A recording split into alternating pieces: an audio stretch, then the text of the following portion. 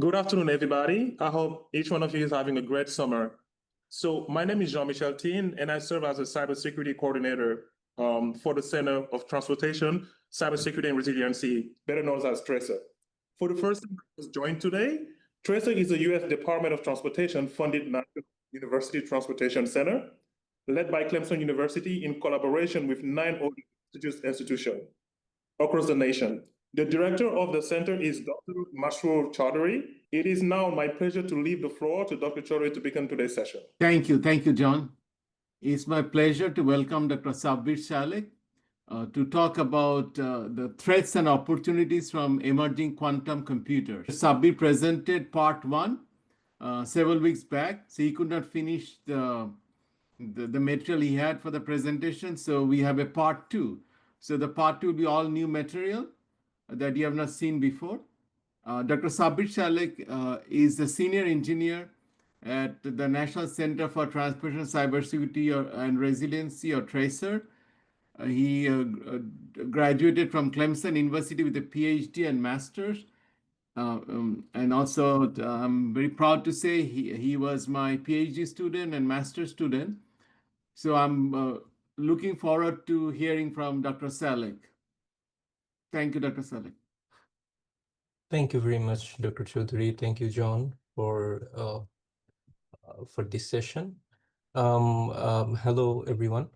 Welcome to this webinar, part two of the webinar that I started before. So in the previous webinar, I had the opportunity to talk to you about one of the exciting projects that we have been working on, quantum computing on hybrid quantum classical neural network, and how it can help to create resiliency or detection for different type of cyber attacks in the in-vehicle network of an autonomous vehicle or connected vehicle.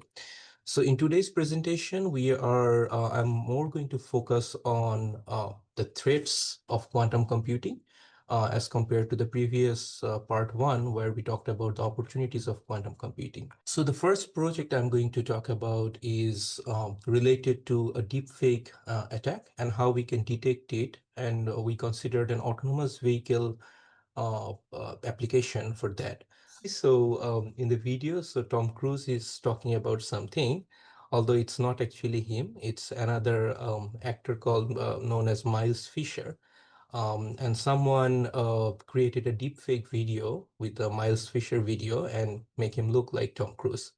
So, and in the video, you see that it looks like Tom Cruise is moving, talking, playing golf, and so on, but it's not him actually. It's the other person, Miles Fisher. And it is doable by deepfake technology, which was first introduced around 2017. And after that, it got widely popular through social media and other platforms. There are many Android applications or iOS applications that can convert people's face to another person's face.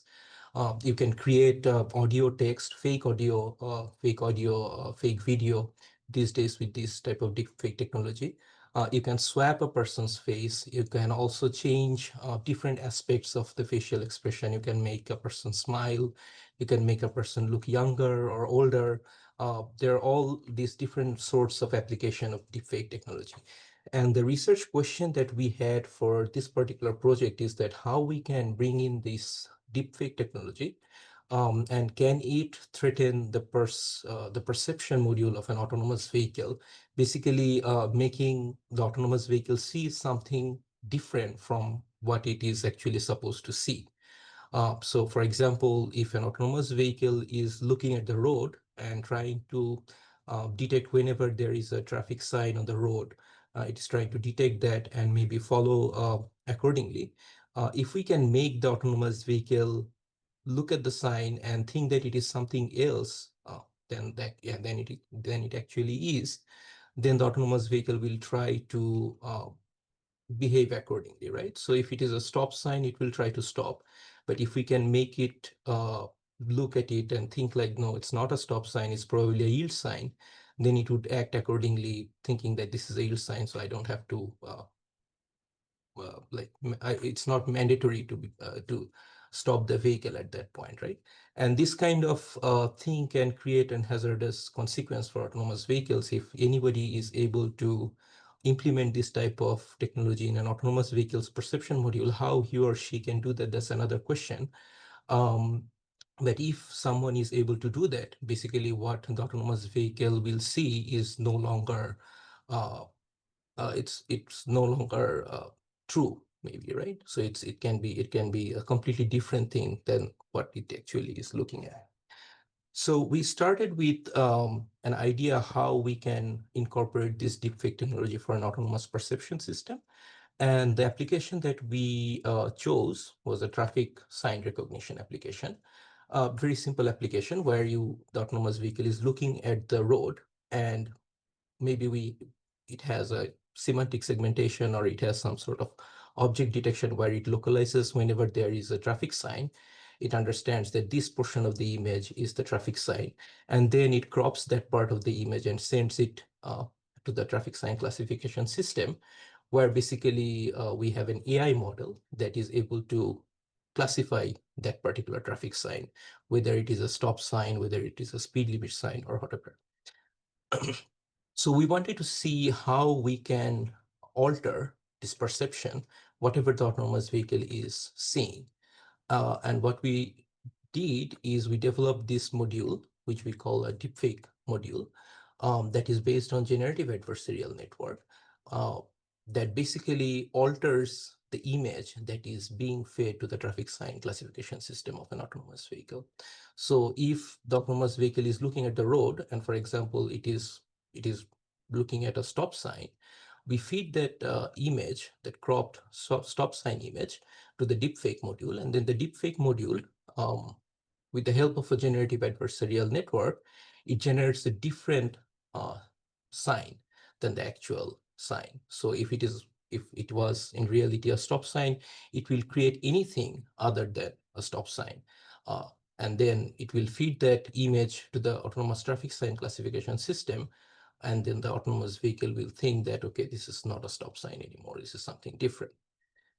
So that was the idea. Now, this image generation, this fake image generation, can be done in many ways, right? So we can do it using autoencoders, we can do it using auto-regressive models, or we can use like generative adversarial network. The reason we chose in particular with the generative, we went ahead with the generative adversarial network is once you have the generative adversarial network trained, as you know, it has two parts, the generator and the discriminator. So once we have trained the generator and discriminator, we just need the generator network to create the fake images. So it's just a single stage fake image generation after the models have been trained. It makes the deepfake module much simpler then.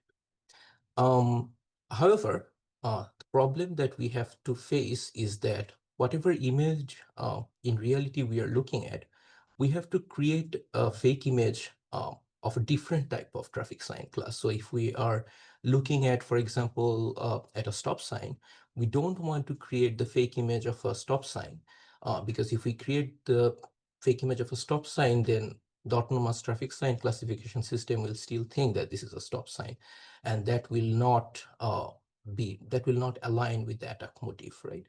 So the attack motive is whatever sign we are looking at, we have to alter that to something different.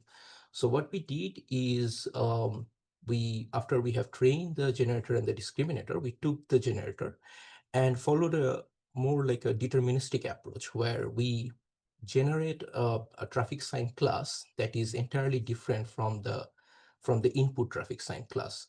So for example, if the input traffic sign class was a stop sign, then we want to generate something different, maybe a speed limit sign, maybe a pedestrian crossing sign, or something like that.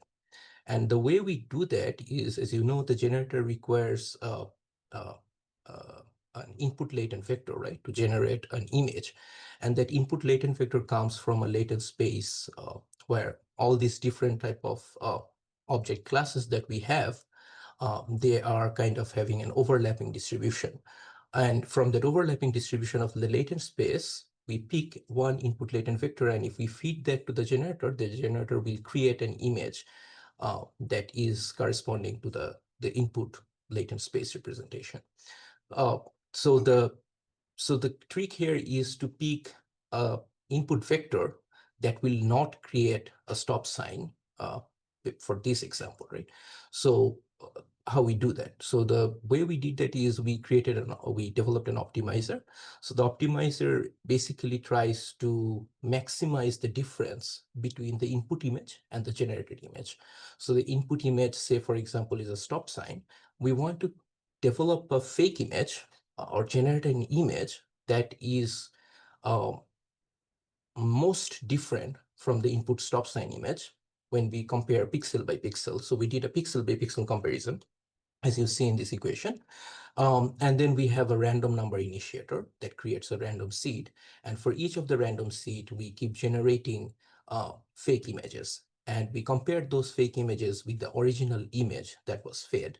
And the one that has the maximum difference compared to the input image is selected as the fake image that will replace the original image that will be fed to the traffic sign classification system. So in this example, we are showing that if we feed the real image, then we will find a Z, that is the input latent vector, that will make the generator generate an image that looks like an yield sign, not a stop sign. And then we will feed that fake image of the yield sign to the FE traffic sign classification system, making it think that the stop sign is actually a yield sign. So that's the attack model that we have. The next question we asked ourselves is that if we have if an attacker is using an attack model like that, where basically whatever image is being fed to the traffic sign classification system is not there's no way to authenticate if it is real or not, then how will we know that this image is a real one or a fake one? Because we need to know whether it is a real one or fake one to make a decision based on the image, right? So what we did is we followed a two-step approach here. We had two neural networks. The first neural network we utilized to detect the traffic sign class. So whatever image is coming to the traffic sign classification system, in this approach, we use a first stage traffic sign classifier that is basically a convolutional neural network, like based on a ResNet 9 architecture. So we use the ResNet 9 architecture to classify whatever image is being fed to the traffic sign classification system, which is no more different than a regular traffic sign classification system. But once we know the class of the traffic sign that is coming to us, whether it is real or fake, then we select a deepfake detection model according to the selected traffic sign class. So if we have a stop sign, we select a deepfake detection model that is entirely trained on stop signs that can distinguish between a real stop sign and a fake generated a fake image of a stop sign generated by a generator.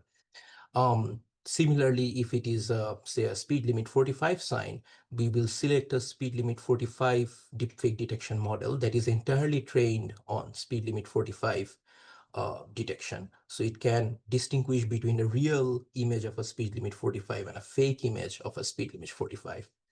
And so that's the second stage. So in the first stage, we basically detect what type of image we have, whether it can be real image or fake image. We don't care about it. We just identify whether what type of traffic sign it is. And then based on that particular traffic sign, we select the corresponding deepfake detection model that identifies whether the image that was being fed was a real one or a fake one. Now, the first, as I mentioned, the first neural network is basically a ResNet 9 architecture. It's a very common architecture in convolutional neural networks.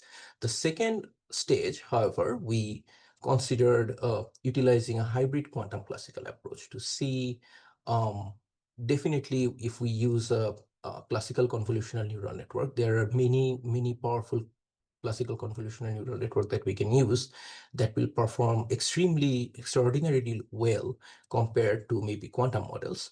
But the purpose was to see that whether or how good a hybrid classical quantum approach can do compared to a state-of-the-art, maybe a classical convolutional neural network. So what we did is we then considered a baseline. In the baseline, we considered some classical convolutional neural networks because those are the most advanced classical convolutional neural networks for image classification. And then on the quantum side, we utilized a hybrid quantum classical approach. So as you can see on the left side, we are showing 3 classical convolutional neural networks. Similar architecture. The first one has one convolutional layer for feature extraction, and then maybe 1 or 2 layers for the inference. The second one has 2 convolutional layers as compared to the first one. The third one has 3 convolutional layers, so better feature extraction. And we went all the way to 5 convolutional layers, which are not shown on the left side image, but it follows the similar approach. And then on the right side, we are showing the hybrid quantum classical neural network, which is basically, it uses 12 qubits to represent all the pixels in an image, in a traffic sign image. And we have these 32 quantum neural networks that basically converts the pixel level information to meaningful feature information that can later be processed by some two fully connected layers to have the inference, whether it is a real image or a fake image. So, and each quantum neural network here, it has convolutional layer followed by a pooling layer, as you can see in the image. And then we evaluated this approach, all 5. So you see that in the accuracy, we have listed 5 classical convolutional neural networks, CNN1, CNN2, 3, 4, and 5. And then we compared these 5 results with the hybrid quantum classical neural network approach that we have. And if we look at the accuracy closely, you see that we evaluated it on 10 different type of traffic signs. And we see that in most cases, so as we increase the number of convolutional layers for classical neural network, you see that there is, in general, there is an increase in performance in terms of detecting whether an image is a real image or a fake image, until it reaches maybe a saturation. And then after that, if you add more convolutional layers, it does not necessarily improve the feature extraction performance and does not necessarily improve the detection performance, whether it is a real image or a fake image. But the overall picture is that as we keep increasing the number of convolutional layers for better feature extraction, we have a better detection as well, until we reach maybe CNN4, which has 4 convolutional layers, and CNN5, which has 5 convolutional layers. We see probably the maximum or the highest performing convolutional neural networks on classical computer. And if we compare that performance with the hybrid quantum classical CNN, which is basically the very deep green column in these images, you see that in most of the cases, the hybrid quantum classical neural network achieved performance that is similar to CNN4 or CNN5 in this comparison. In some cases, for example, the pedestrian crossing or speed limit 45, you see a deviation where you see that hybrid quantum classical neural network approach has a lower performance compared to maybe CNN4 or CNN5. But in other cases, we see that the performance is very close. However, so what we can conclude from here is that with hybrid quantum classical convolutional neural network, maybe we are not able to exceed the performance of classical convolutional neural network in image classification here, but we are still able to achieve a comparable level of performance. But the true beauty of the hybrid quantum classical approach is revealed when we look at the memory size they require compared to the classical approach. So if we look at the memory and the number of parameters of each of these models, we see that CNN1 required about 17,000 parameters with the estimated memory size of 0.06 megabytes, where CNN5 required almost 1.5 million parameters with close to 6 megabytes of memory. Whereas the hybrid quantum classical neural network, although it achieved a very close performance to the best performing convolutional neural networks of classical approach, we see that we only required 5,400 parameters with a memory size requirement of 0.02 megabyte, which is which is even less than 1/3 of the shallowest convolutional neural network that we used with the classical approach, but which is significantly outperforming the CNN1 in all of these cases that you see. So it shows the benefit of the hybrid approach in deepfake detection for an autonomous perception system. And the primary benefit is, although it's not the performance, but the primary benefit is that utilizing a much less memory, we can still achieve the performance close to the highly performing classical convolutional neural networks for deepfake detection application. So to conclude this study, so basically we utilized a deterministic GAN-based approach to craft a deepfake attack for autonomous vehicle perception system and to make it fooling it to see something different on the road in terms of traffic signs compared to what there actually is. And we showed the capability of hybrid quantum classical neural networks in terms of its performance of detecting whether a traffic sign image is a real image or a fake image generated by a generator or a GAN network. And the true efficacy was the memory requirement, not the performance that much, but the memory requirement was really something that made us very interested in this. And one limitation of the application of this particular project is that we utilized adversarial training, of course, meaning that the detector, the deepfake detector models that we developed, they were trained both on real images of traffic signs and fake images of traffic signs. So that means that we required adversarial training, which may not be doable for newer type of unknown attacks or newer type of deepfake attacks for which we do not know how the fake image may look like. So that's something we want to look forward. We want to look into the future to resolve. So I'll move on to the second project. So I hope I'm within time. Okay. Yes. So the second project is on post-quantum cryptography and how it can help and how, the necessity of it for transportation systems communications. And this work is led by my colleagues and our TraCR researchers, Dr. Abdullah Al-Mamoun and from Clemson and Aki Dabrar from University of Alabama. And I'm just presenting a snapshot of their work in this presentation. So, and it was if you want to look at the full article, it is available on Archive, which is the link is given at the bottom of the slide. So if you want to take a look at the full paper, you can go there, and it's a very good paper showing how transportation cyber physical systems security can be enhanced with post-quantum cryptography, the necessity of it, and how we can accomplish that in near future. So to start talking about, let's first talk about the transportation systems communication. So what we are showing in this slide is an architecture for an electronic toll collection system, which was retrieved from the ArcIT website. And ArcIT is a website developed by the US Department of Transportation, where you can find all different types of ITS application architectures, implementation architecture that you can follow to develop, that one can follow to develop their own ITS applications.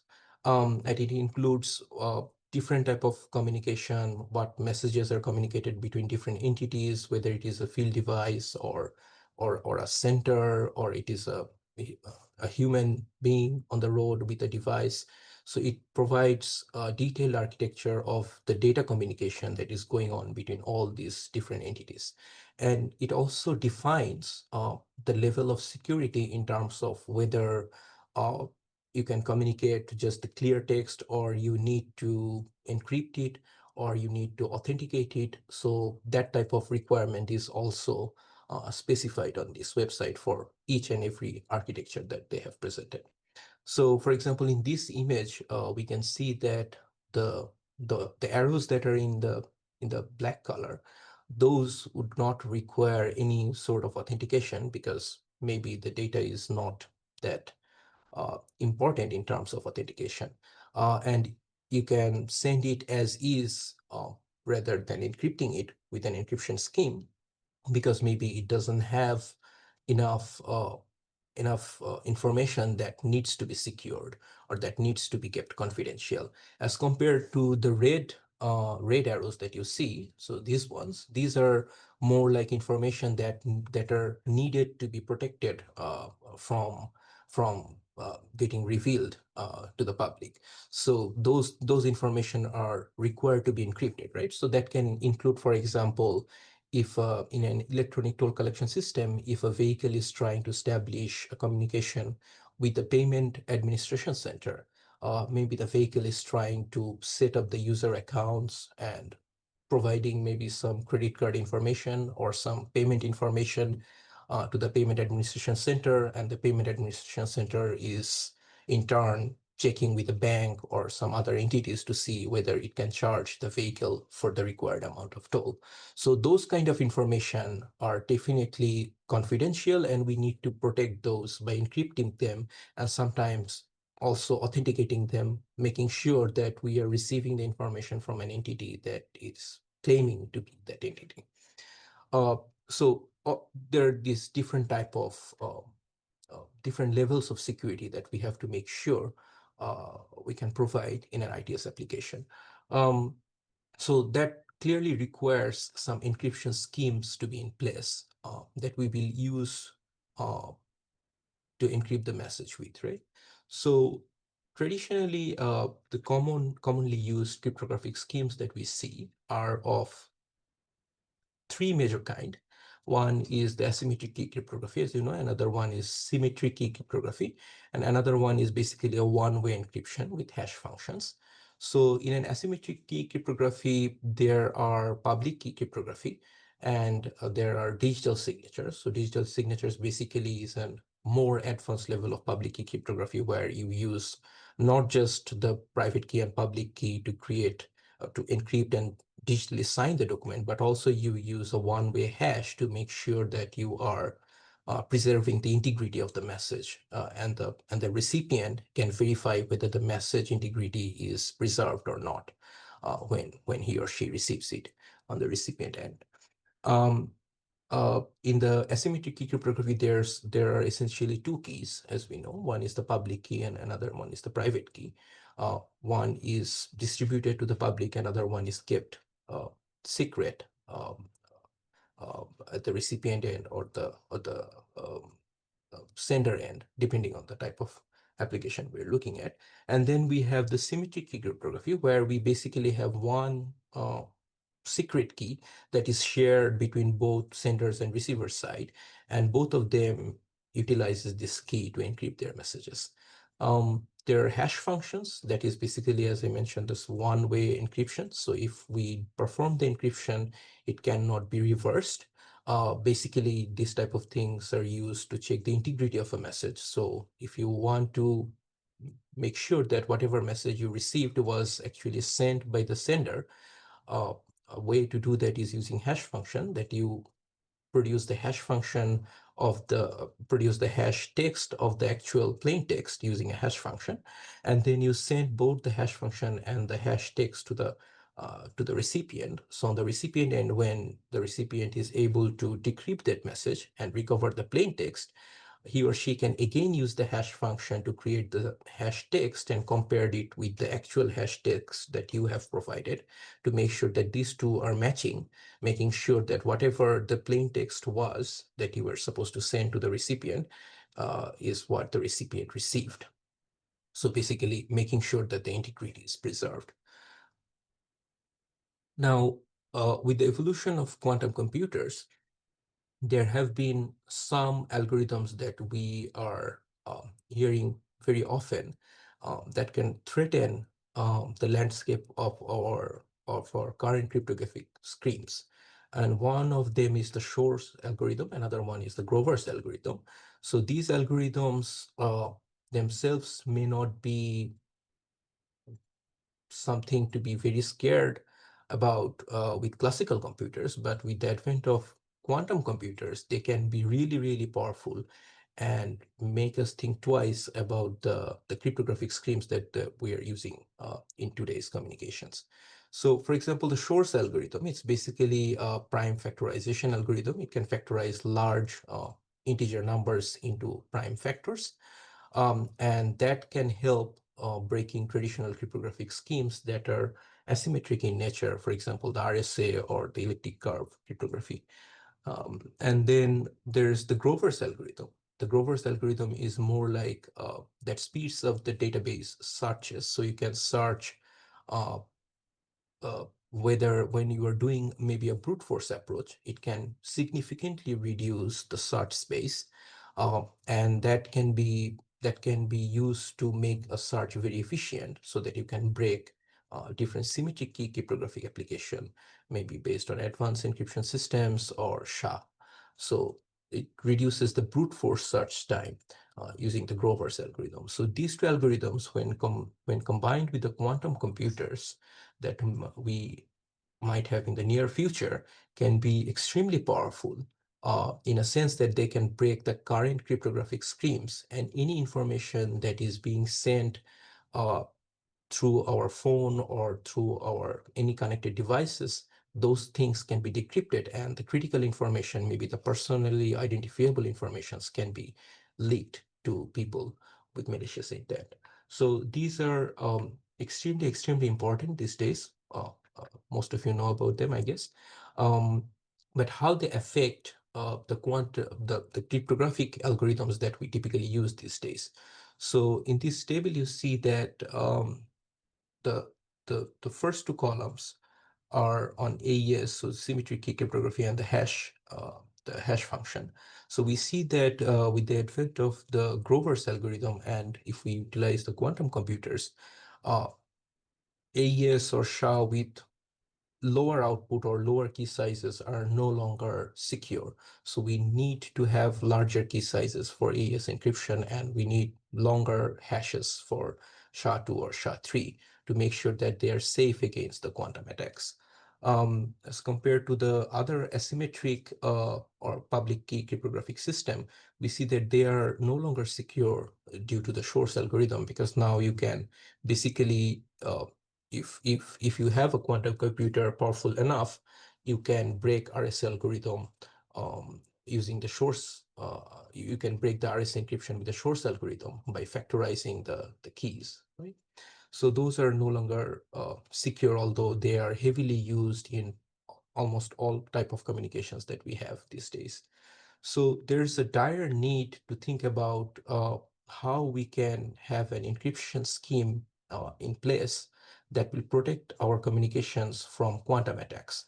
And that gives rise to the post-quantum cryptography, or what's known as the quantum-resistant cryptography. And the goal of the post-quantum cryptographic approach is that we need to design some cryptographic schemes in a way that we can implement using today's classical computers. We don't have to wait for future quantum computers, but they're still secure enough against futuristic quantum attacks that can be performed using quantum computers. So that's the goal, that we can implement using today's classical computer, but they will still be safe in the future when we have quantum computers used at large.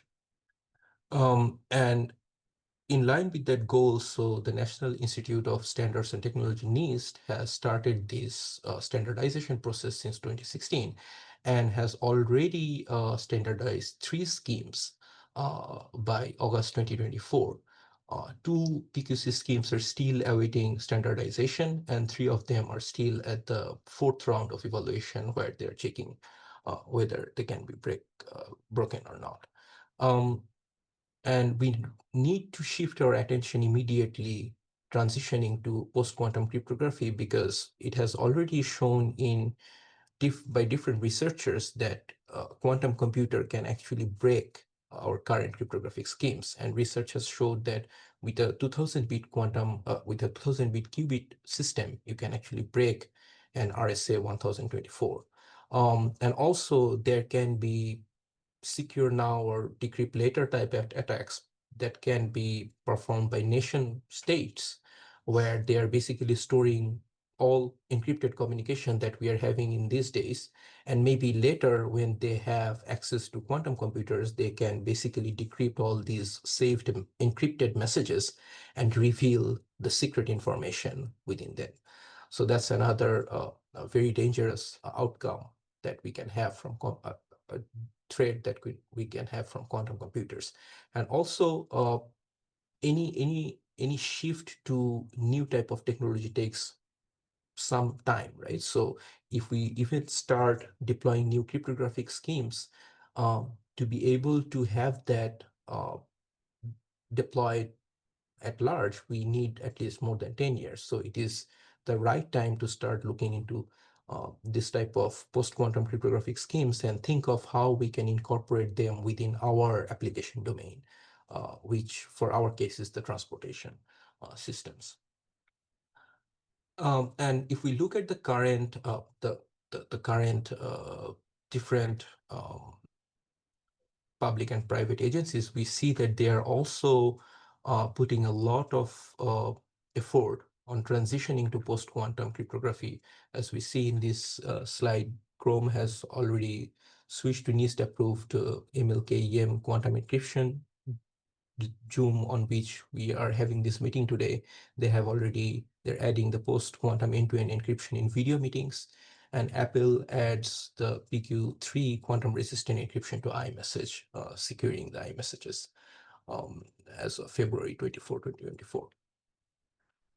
And that really shows us that the necessity of transitioning to post-quantum cryptography. Now, when we're talking about the PQC schemes, there are a wide variety of PQC schemes that are being developed and evaluated by researchers as of this moment. There are they're very largely based on the way the keys are generated or calculated. So it can be based on some lattice geometric structure, or it can be based on some code, can be some multivariate polynomial based, or it can be hash based, or based on some elliptic isogenies. So there are these all different types of PQC schemes that are being developed and evaluated by NIST. And among them, as we mentioned already, NIST has standardized three PQC schemes known as Crystal Cyber, which is a key exchange mechanism, Crystal Dilithium, which is a digital signature mechanism, and a Sphinx Plus, which is a digital signature mechanism. And they are also considering the two, Falcon and the HQC, are under standardization as of 2025. So those are currently undergoing through the standardization process. Now, NIST has defined 5 different levels of security to be able to communicate what different PQC schemes are offering and their security strength in terms of keeping our confidential messages confidential, right? So there are all these 5 levels starting from level 1 through level 5. Those are analogous to breaking different classical cryptographic schemes. For example, the AES 128, the equivalent to breaking AES 128 is known as level 1 in the security level that is defined by NIST. And then the SHA-3 256, breaking that is equivalent to the level 2 strength of the PQC. And level 3 strength is defined as equivalent to breaking AES 192 and so on. So just to provide an analogy to what the strength of the PQC, how they translate to the current cryptographic schemes and their strength. Now, in this project, Mamoon and Akil, they did some experiments for the transportation systems along with the NIST standardized Crystal Cyber key encapsulation mechanism, which I am going to show a snapshot of in this presentation. So, but before moving on to that, just a quick recap of what it means when we say the key exchange mechanism for a Crystal Cyber post-quantum cryptographic scheme. So the way it works is that if we take the common Alice and Bob story for key generation and key exchange, so say Alice has generated this private key and public key, and now she's sharing the public key with Bob. So Bob now has the public key and Alice has the private key. And using the public key, along with the Kyber's encapsulation mechanism, Bob can generate a shared secret key. And Bob can use that shared secret key to generate the ciphertext of a given plain text. Once generated, Bob can share just the ciphertext, not the shared secret key, to Alice. So now Alice has the private key along with the ciphertext that was generated by Bob, and Bob has the shared secret key. Now Alice also needs to have the shared secret key to establish a symmetric key encryption system, right?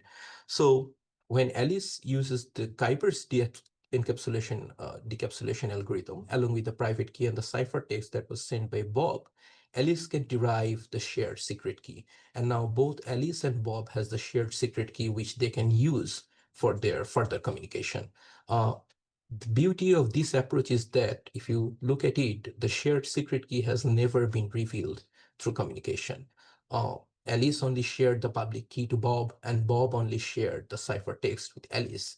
And just in the process of these two exchange, without even ever needing to exchange the shared secret key, both Bob and Alice now have this access to the shared secret key that they can use for securing the later communication.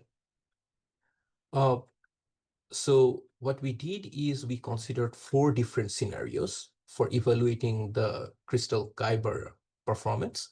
And these evaluation scenarios vary in terms of whether 2 nodes that are using this PQC scheme to communicate among them are static or dynamic, and also what type of communication medium they're using, whether it is a wired communication medium or a wireless communication medium. So we considered for the first case, as you see on the, let me just show one by one. So the first one is a 2 static nodes evaluation case with Ethernet connection. So that's basically a wired connection between 2 static nodes. And then the second case we considered is LT communication. So that's wireless communication between 2 static nodes. And we kept the same distance to have a fair comparison policy. And then the third case is basically where one node is static and another node is dynamic. And basically when one of the nodes are dynamic, we have to consider a wireless communication. So again, we are considering the LTE communication here. And the fourth case is where both nodes are dynamic, and of course the communication medium is wireless. In this case, which is the LTE communication, the 2 dynamic nodes are communicating. So these are the 4 scenarios that we considered. So starting from 2 static nodes all the way to 2 dynamic nodes, and considering both the wired communication and the wireless communication for them. Now the execution time, so the performance metric that we utilize to measure the performance of these experiments are basically the execution time and the communication delay between the nodes. So first of all, we looked at the execution time. So that includes the key generation time, the encapsulation time, and the decapsulation time for 2 Crystal Kyber scheme 512 and 768. And we see that the execution times are within 100 microseconds for all 3 cases when we are generating the keys, we are encapsulating the key and decapsulating it. So in total, for both overall for both Kyber schemes, we see that those are within 100 microseconds, which is negligible if we consider it for a connected vehicle application. And then we moved on to look at the communication delay for all these 4 cases. So basically the key generation, the key encapsulation and decapsulation are same for all 4 cases. So the only thing that is different is the communication delay, because they are using different mediums. They're using one time, in one case, maybe both are static. In another case, maybe one of them is dynamic or both of them are dynamic. So the communication delay varies. And in the left side plot, we are showing the communication delay that we observed for public key and ciphertext for both Kyber 512 and 768. And we see that when the two nodes are static and we are using a wired communication medium with Ethernet with 100 Gbps bandwidth, we see that the communication delays are about 5 microseconds for all 4 cases that are shown here. So which shows that the delays are quite low in terms of the threshold that we consider for connected vehicle applications. They're at the microsecond level where we can allow maybe 2 millisecond level delays in connected vehicle application. And then this is the second case where we are looking at 2 static nodes, but now the communication medium has been changed to ad hoc LTE. So basically they are wirelessly communicating with each other, and we see a dramatic rise in the delay, in the communication delay. So from 5 microseconds, we see that the delay has now increased to about 1000 microseconds, but still they're at the millisecond level. So still considerable or still applicable for connected vehicle applications in this case. Then the third case, where we have a fixed roadside unit communicating with a dynamic node that is a vehicle, we see that the communication delay has further increased. For public keys, it's now about 1200 microseconds, but still at the millisecond level. And for the fourth case, we see where both nodes are dynamic, basically 2 vehicles are communicating wirelessly. We see that the communication delay for the public key has risen up to 1500 microseconds, but still at the millisecond level, showing that these schemes can still be applicable for connected vehicle applications. To conclude the findings of this study, so we discussed the significant threats that are being posed by quantum computers, along with Shor's and Grover's algorithm for current cryptographic schemes, and the necessity or the urgency of shifting towards post-quantum cryptographic solutions. And to do a performance check, we considered a simple connected vehicle application where 2 nodes are communicating with each other. And we tested with Kyber 512, which showed the lowest computational overhead. And we found that the Kyber 768, although it probably required a little more communication or computational overhead compared to the 512, it balances the security and performance better than the Kyber 512. So to conclude the overall talk that I have given in these 2 webinars, part 1 and part 2. So we have discussed at large about quantum computing, the threats of quantum computing and the opportunities of quantum computing in terms of deepfake attacks, in terms of in-vehicle networks, in terms of detection mechanisms and resiliency.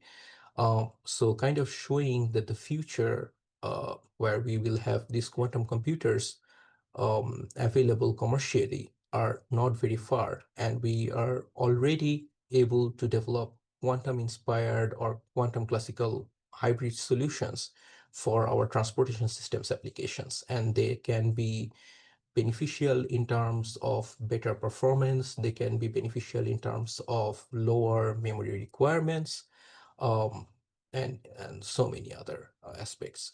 And also we showed the supremacy of quantum computers with the hybrid quantum classical approaches, which can be applicable with the currently available quantum systems or the quantum simulators that we have these days.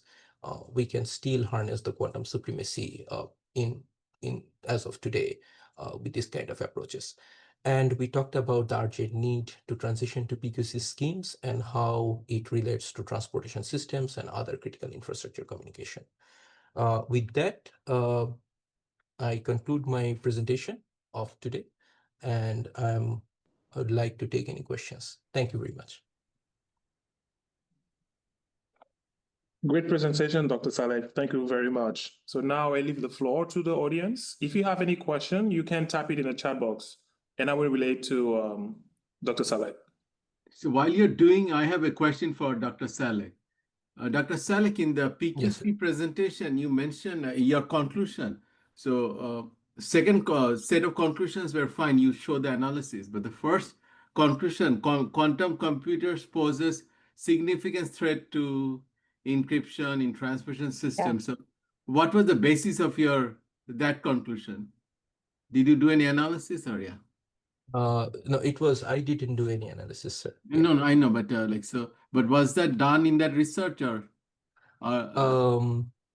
So you're saying about you're saying it poses significant threat, right? So what is the basis? Yeah. I know Dr. Mamoon is here, so Dr. Mamoon, you want to respond because that conclusion, what is the basis for that conclusion? Sorry, can I say something? Can I say something, Dr. Ronnie? Yes, yeah. Is it that, okay, what occurred to me was that because the quantum machines can break the code, right? AES 256 in milliseconds, whereas it's going to take years. Yeah. I mean, millions of years for normal computers. So I thought that. So I thought that was the basis of the conclusion. Maybe I misunderstood. Yeah, Dr. Vavani, my point was it based on literature review, because he did not show any like analysis of the threat of that threat. So because if you had like say encryption and then you use quantum computers to break it, then I would say yes. But I think it's based on your literature review. It's based on literature review. Yes, you're right. So. And sorry, I interrupted. Dr. Mamoon was going to say something, Dr. Ronnie. Sorry. Yes. Yes, yes, Dr. Chaudhary. I was about to say the same thing. It's based on literature review. Okay. Thank you. Okay, so we have one question in the chat box from Mohammed Sami Irfan. So first he said, thank you for the great presentation, Dr. Salek. So he said for the first paper, would it be possible to create, He said, would it be possible to create the same attack by scaling any traffic sign image? And he mentioned in parentheses, not necessarily generate using the deepfake model. And he said, as per the real image dimension and injecting to the traffic sign classification system.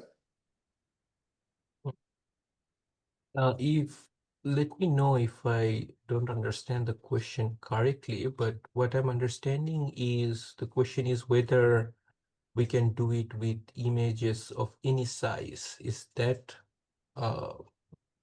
okay? So assuming that's what Sami is asking, so yes, we can definitely use images of any shape or any size.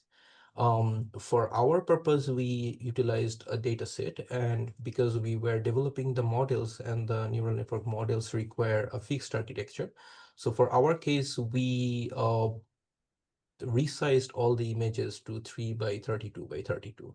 But any other, of course, from the data sets where we got the images from, we got the images from two different data sets. One was the LISA traffic sign data set.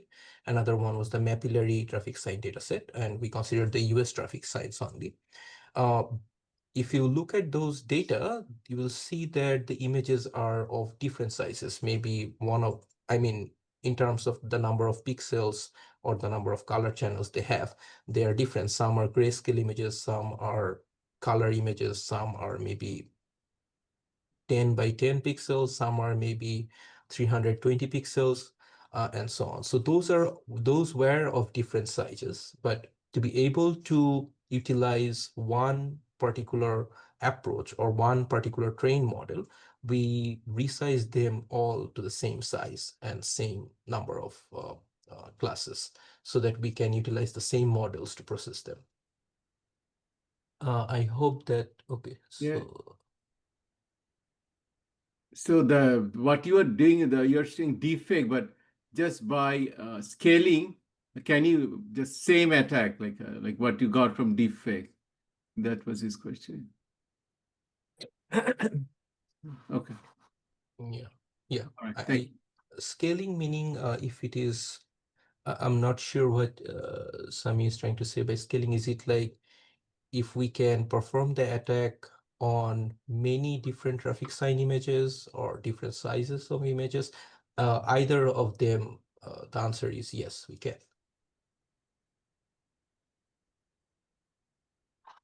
Okay, so we can transition to the next question from Abiyat Inan. So he said, in the presentation based on your first project, what type of embedding technique did you use to transition the data from the classical to the quantum state? Was it a standard embedding technique, or was it developed through your own investigation? It was an amplitude encoding, if I remember correctly. So the quantum part was done by Dr. Shao-Chi. So he utilized an amplitude encoding to convert the information to quantum states. Okay. For my part, I have one question regarding the result that you have. Were you able to investigate why the quantum, even though this was like a shallow layer, was having some poor classification on some class? I see classes weighting wasn't performing as well as other classes. So for the classical convolutional layers, it's common. The more convolutional layers you dedicate for feature extraction, you will be able to maybe extract meaningful features that are helpful for your inference, right? So for the classical convolutional layers, when we increase the convolutional layers, we saw an increase in performance, which was expected. But your question, if I understand it correctly, is if I use the quantum, even with a lot less parameters, how we are identifying better, or maybe we are achieving similar performance of good convolutional networks, right? In classical. So the efficient the benefit of quantum computer here is that when we are using the quantum states, basically we are using we can use one qubit. So for this approach, we use a 12 qubit system, because a 12 qubit system can represent 2 to the power 12 number of features, as you know. So when we use the quantum computers, even with a very low number of qubits and low number of parameters, we can still represent the same amount of feature information as very large or very deep convolutional neural networks. So that was the primary benefit. But of course, there is a question of finding the right spot, how much performance you want to achieve and how much memory you can dedicate. So the motivation was the memory, because nowadays in autonomous perception system or in autonomous vehicles, you have this many different type of applications that are requiring AI models. And it's not like you're just using one AI model to perform many tasks, but you are using many AI models to perform the many tasks.